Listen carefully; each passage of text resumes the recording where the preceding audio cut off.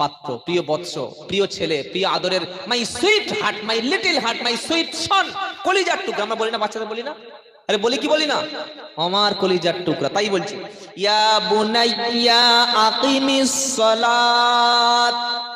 কি গো, লুকমান হাকিম তার ছেলেকে 3-4টে নসিহত করেছে। এবার যে নসিহতটা করছে, এবার যে উপদেশটা দিচ্ছে, ওই উপদেশের নাম হলো, আমার ছেলে নামাজ কায়েম করো। কি করো? ও মুসলমানেরা, আজ থেকে ছেলেকে নামাজের জন্য তাকিদ করবেন। নবী বললেন, মুরু আউলাদাকুম বিসসালাতি ওয়া হুম আবনা সাবআ সিনিন। তোমার বাচ্চার বয়স যখন 7 বছর হবে, 7 6 পরে 7, বাচ্চার বয়স যখন 7 বছর হবে, 7 বছরের বাচ্চাকে নামাজের নির্দেশ দেবে।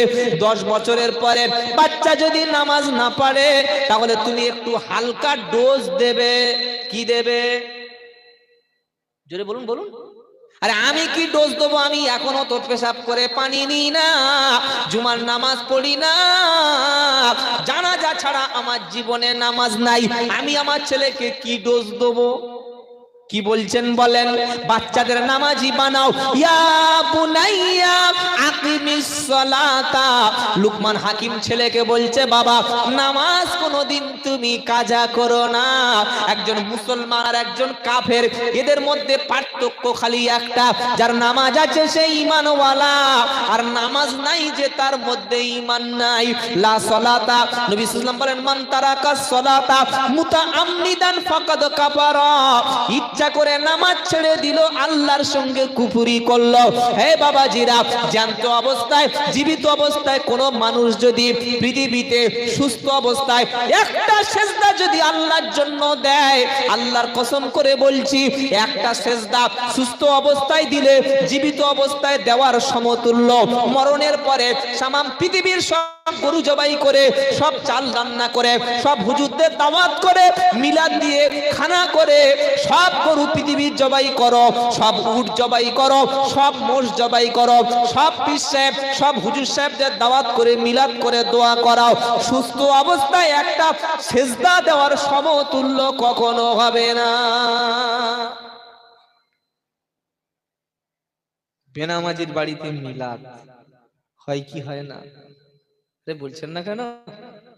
আর বেনামাজির বাড়িতে মিলাদ যদি হয়, যদি দেখি বাড়িটা টাইলসের বাড়ি, পাথরের বাড়ি, তখন আমি কি করবো জানেন?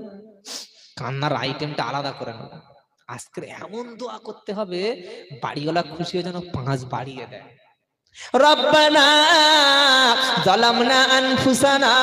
আয় আল্লাহ, বাড়িওয়ালার পয়সা ইনকাম দাও, 2 তলা ঘরটা 3 তলা বানিয়ে দাও, 2টো গাড়ির মালিক 3টে গাড়ি বানিয়ে দাও, মাসে মাসে 2 লাখ 3 লাখ টাকা ইনকাম দাও।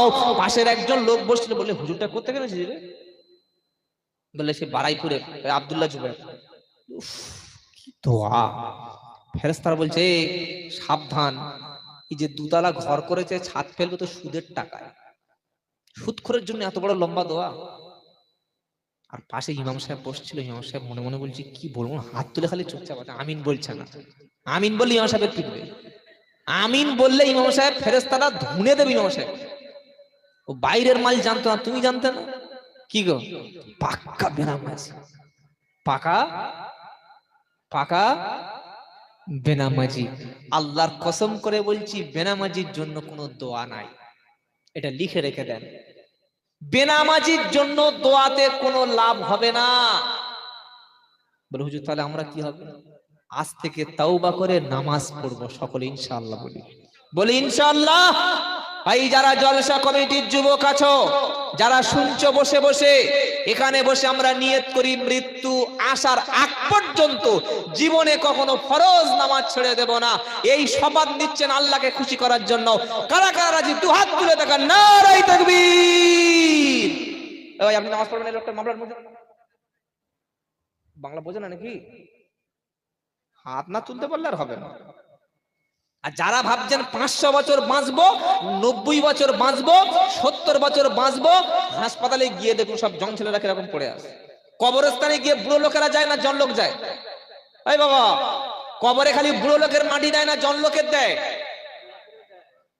কোন গাজ্জার ছেলে, এরা আর 60 বছর কি 40-এ বিছানায় পড়ে যাবে। গুটকা, পান, খৈনি, শেকর, মদ, গাঁজা যা খাচ্ছে, সকালবেলা ঘুম থেকে উঠে গাঁজা খেয়ে মালটার চোখ পুরো লাল হয়ে গেছে, বাইক নিয়ে সোজা খাবে না। আল্লাহ হেফাজত করুক, সকলে বলুন আমিন। আপনার সন্তান 7 বছর হলে, ছেলে হোক আর মেয়ে হোক, প্রথম নামাজের তাকিদ দেবেন, বলুন ইনশাআল্লাহ। লুকমান হাকিম বলছেন, ইয়া বুনাইয়া আকিমিস সালাত, হে আমার কলিজার টুকরা, নামাজ কায়েম করো। আর একটা কথা বললেন, সেটা কি? ওয়া আমরু বিল মা'রুফি ওয়ানহা আনিল মুনকার। শুধু নামাজ কায়েম করো না, সাথে সাথে সৎ কাজের আদেশ করো, অসৎ কাজের নিষেধ করো। সৎ কাজের আদেশ করো, অসৎ কাজের নিষেধ করো। করবো ইনশাআল্লাহ। জোরে বলো। নামাজ আছে, রোজা আছে, দিন আছে, কিন্তু পাশে হারাম অনুষ্ঠান হয়, মুখ খোলে না।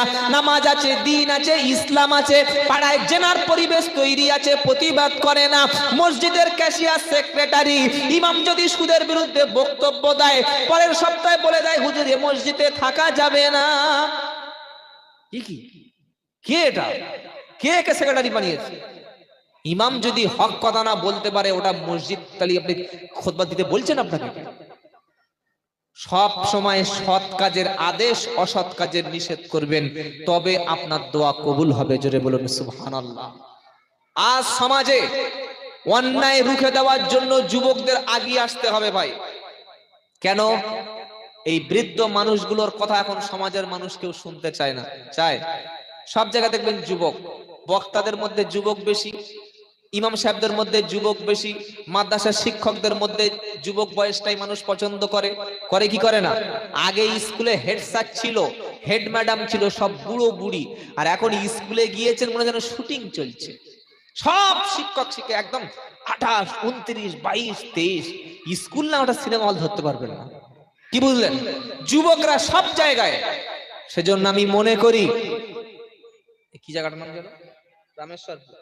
রামেশ্বরপুর যে সোনার যুবকেরা এইরকম একটা সুন্দর কোরআনের মজলিস আপনারা কায়েম করেছেন, আল্লাহ তাআলা এই যুবকদের জন্য আমি দোয়া করি, এই যুবকদেরকে যেন হযরত খালিদ বিন ওলীদের মতো বানিয়ে নেন। সকলে বলুন আল্লাহুম্মা আমিন। আপনাদের কিছু দায়িত্ব আছে ভাই, শুধু জলসা করলে হবে না। আপনারা সমাজে আগিয়ে আসুন ভালো কাজের জন্য। পাড়ার মধ্যে, এলাকার মধ্যে যাতে কোনো রকমের হারাম কাজ না চলে, কোনো পাপের কাজ যাতে প্রকাশ্য কেউ না করতে পারে, সেজন্য আপনারা একটা শান্তি কমিটি প্রতিষ্ঠা করুন। 2 নম্বর হলো, কোনো মানুষ যদি ক্ষুধার যন্ত্রণায়, কোনো মানুষ যদি ক্ষুধার জন্য কষ্ট পায়, শীতের জন্য মানুষ পোশাক না পায়, পাড়ার মধ্যে যুবক কমিটিদেরকে আগিয়ে আসতে হবে, মানুষদের খাবারের ব্যবস্থা করতে হবে, অসুস্থ ব্যক্তিদের চিকিৎসার ব্যবস্থা করতে হবে।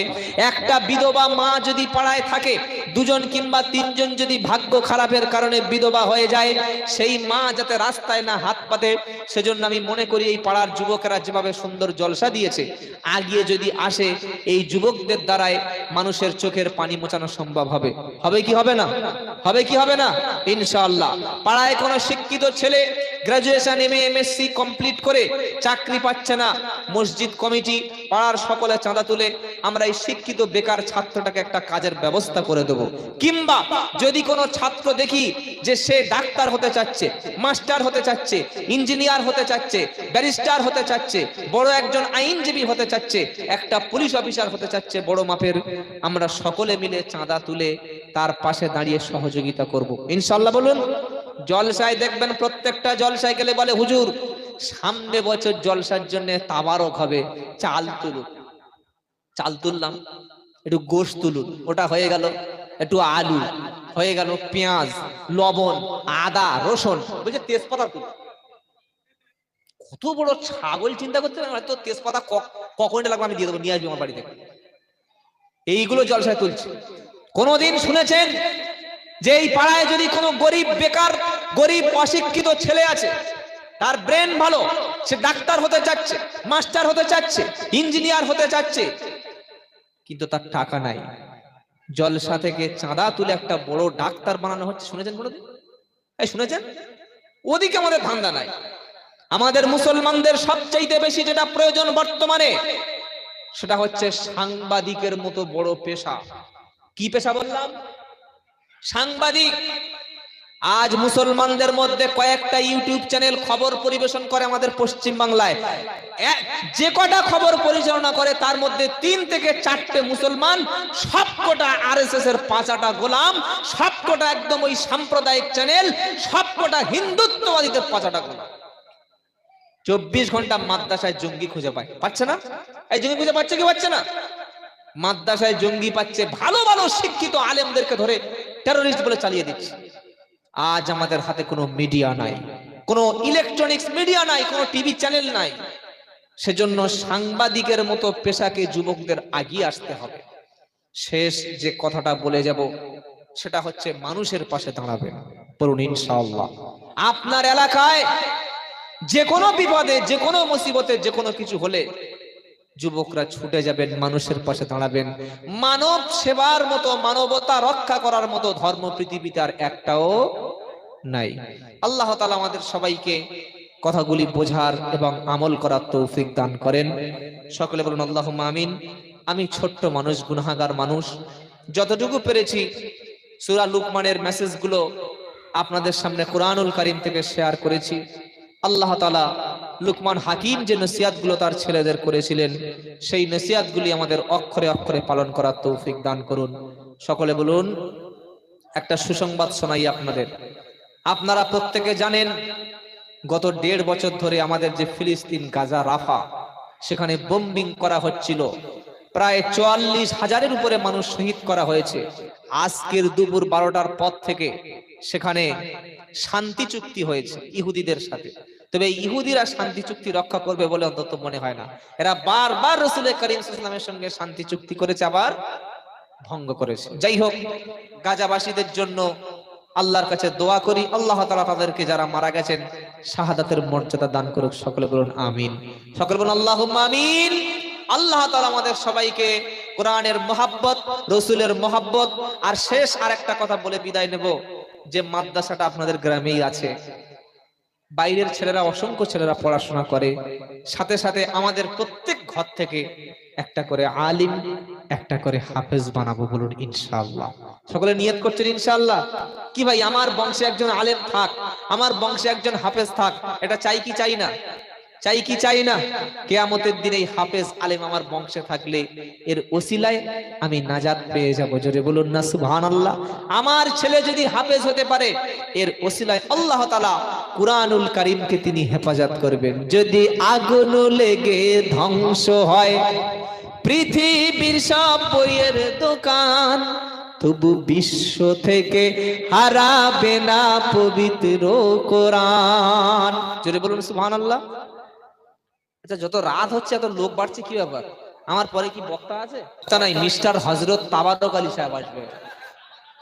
কি রাত যত গভীর হয়, কাস্টমার যখন বাড়ে, বুঝতে হবে মাল ঘাবলা আছে। মিস্টার তাবারক আলী সাহেব আসবে এবার, আল্লাহ কবুল করুন। যদি আগুন লেগে ধ্বংস হয় পৃথিবীর সব বইয়ের দোকান, তবু বিশ্ব থেকে হারাবে না পবিত্র কোরআন। জোরে হবে না সুবহানাল্লাহ?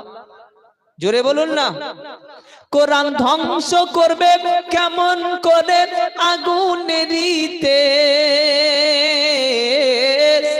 আজ বিশ্ব ভরা লক্ষ কোটি কুরআনের হাফেজ। সুবহানাল্লাহ।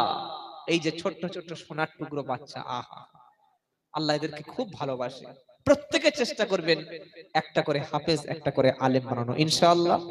যদি আগুন লেগে ধ্বংস হয় পৃথিবীর সব বইয়ের দোকান, তবু বিশ্ব থেকে হারাবে না পবিত্র কোরআন। নারায়ে তাকবীর। কোরআন নিয়ে কত লোকে করলো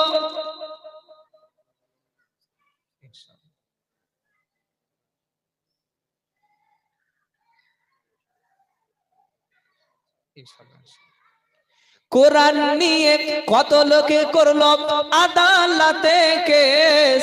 লিখলো সালমান রুশদি বিদ্বেষপূর্ণ স্যাটানিক ভার্সেস, তবু আল কোরআনের নূরের বাণী সারা বিশ্বে হয়নি ম্লান, বিশ্ব থেকে হারাবে না পবিত্র কোরআন। নারায়ে তাকবীর। আমার সোনার টুকরো যুবকেরা, আগামীকাল থেকে 5 ওয়াক্ত নামাজ পড়বো, অর্থ সহ কোরআন পড়ার চেষ্টা করবো, বলি ইনশাআল্লাহ। ওয়া মা আলাইনা ইল্লাল বালাগ। প্রিয় নবীর মহব্বতে দরুদ, আল্লাহুম্মা সাল্লি আলা মুহাম্মদ ওয়া আলা আলি মুহাম্মদ কামা সাল্লাইতা আলা ইব্রাহিম ওয়া আলা আলি ইব্রাহিম ইন্নাকা হামিদুম মাজিদ। আল্লাহুম্মা বারিক আলা মুহাম্মদ ওয়া আলা আলি মুহাম্মদ কামা বারাকতা আলা ইব্রাহিম ওয়া আলা আলি ইব্রাহিম ইন্নাকা হামিদুম মাজিদ। আল্লাহুম্মা আমিন। রব্বানা যালামনা আনফুসানা ওয়া ইল্লাম তাগফির লানা ওয়া তারহামনা লানাকুনান্না মিনাল খাসিরিন। রব্বানা আতিনা ফিদ দুনিয়া হাসানাতাও ওয়া ফিল আখিরাতি হাসানাতাও ওয়া কিনা আযাবান নার। রব্বুল আলামিন, আমরা সকলে পাপী, দীর্ঘক্ষণ কোরআনুল কারীম থেকে আলোচনা শুনেছি, সন্ধ্যা থেকে কোরআনের বিভিন্ন মজলিস গুলো হয়েছে। আল্লাহ, আপনার দরবারে মাবুদ, বিদায়ের সময় দুটি করে হাত তুলেছি, আমাদের জীবনের সমস্ত গুনাহগুলি দয়া করে মাফ করে দিন। রব্বুল আলামিন, আদম আলাইহিস সালাম থেকে আজ পর্যন্ত তামাম পৃথিবীর মাটির নিচে যত নেক বান্দা বান্দি শুয়ে আছে, আল্লাহ সবাইকে আপনি মাফ করে দিন।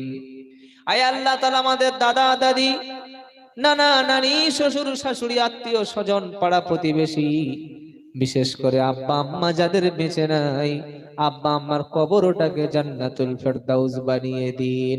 রব্বির হামহুমা কামা রব্বায়ানি সগীরা। আয় আল্লাহ, আমরা সকলে তওবা করছি, আজ থেকে 5 ওয়াক্ত নামাজ পড়বো, তৌফিক দিন। হারাম কাজ, হারাম ব্যবসা, হারাম কথাবার্তা, হারাম রিলেশন থেকে দূরে সরে রাখার তৌফিক দিন। আমাদের সন্তানেরা স্কুল, কলেজ, ইউনিভার্সিটি, মাদ্রাসা, মক্তবে যারা পড়াশোনা করে, পড়াশোনায় জীবনে প্রতিষ্ঠিত করুন আল্লাহ। আয় আল্লাহ, একজন ব্যক্তি তার স্ত্রীর জন্য দোয়া চেয়েছেন, অসুস্থ, সাথে সাথে মাওলা আমাদের যাদের বাড়িতে অসুস্থ রোগী আছে, সমস্ত অসুস্থ ব্যক্তিদেরকে শিফায়াতিলা দান করে দিন। আয় আল্লাহ তাআলা, যে যে ব্যবসা করে প্রত্যেকের ব্যবসাতে বরকত দিন। যত মা হাত তুলেছে, মায়েদের পর্দায় থাকার তৌফিক দিন।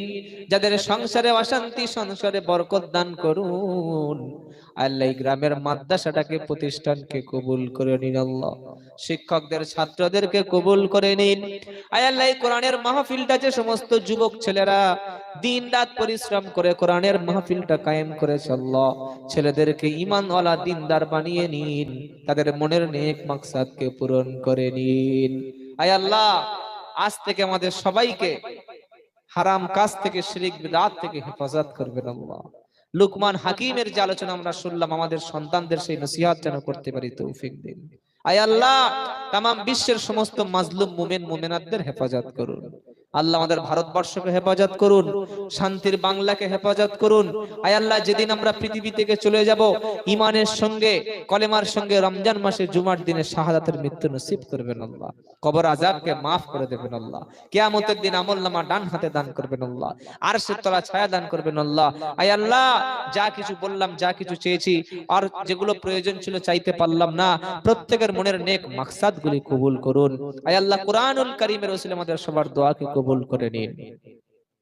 রব্বানা তাকাব্বাল মিন্না ইন্নাকা আনতাস সামিউল আলিম ওয়া তুব আলাইনা ইন্নাকা আনতাত তাওয়াবুর রহিম সুবহানা রাব্বিকা রাব্বিল ইজ্জাতি আম্মা ইয়াসিফুন ওয়া সালামুন আলাল মুরসালিন আলহামদুলিল্লাহি রাব্বিল আলামিন ওয়াজআল আখিরা কালামিনা ইনদাল মাউতি লা ইলাহা ইল্লাল্লাহু মুহাম্মাদুর রাসূলুল্লাহ সাল্লাল্লাহু আলাইহি ওয়াসাল্লাম আমিন সুম্মা আমিন বিরহমাতিকা ইয়া আরহামার রাহিমিন।